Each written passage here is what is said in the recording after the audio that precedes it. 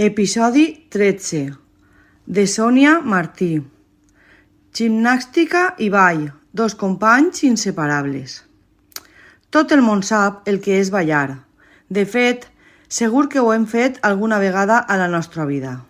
El fet d'expressar amb el nostre cos un sentiment que ens transmet el ritme d'una música o simplement manejar-nos, entreteniment o activitat social fan del ball una activitat desenvolupada en moltes cultures al voltant del món i que permet connectar amb altres persones i expressar emocions i sentiments.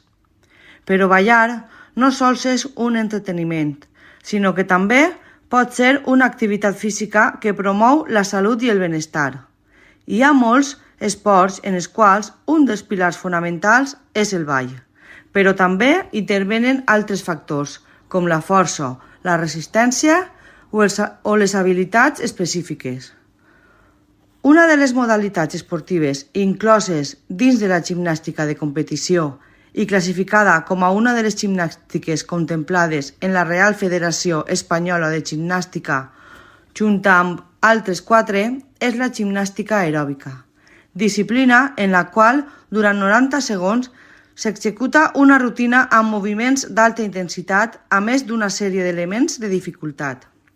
Aquesta seria la part tècnica, però també té un component artístic, d'igual importància que el tècnic, en el que al ritme d'una música els gimnastes han d'executar una composició complexa i original complint les exigències pel que fa a música, contingut, ús de l'espai i art.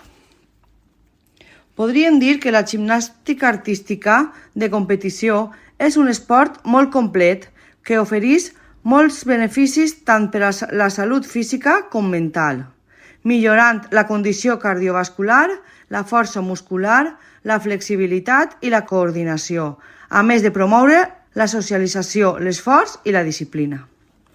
A Xàtiva tenim un club on es practica aquest esport i que s'anomena Club Taekwondo Xàtiva, secció gimnàstica, amb més de 25 anys de recorregut, fundat per la xativina Loles Ballester.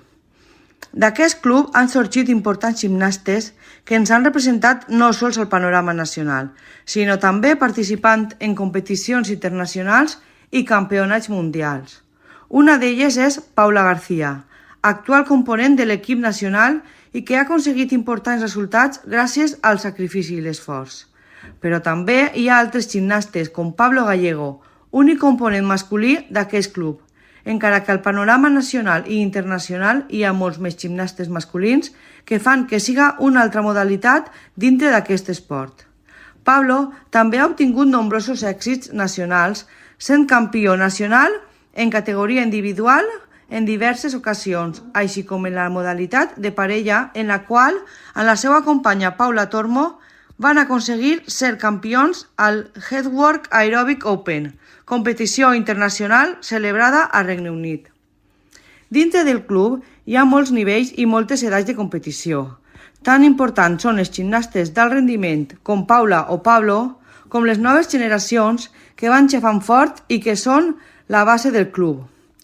I els gimnastes que de ben xicotetes ja van començar amb aquesta modalitat esportiva en els seus col·legis com extraescolar i que els ha enganxat tant que han decidit formar part d'aquesta forma de vida plena d'esforç, alegria, satisfacció i també decepció, aprenentatge real de la pròpia vida.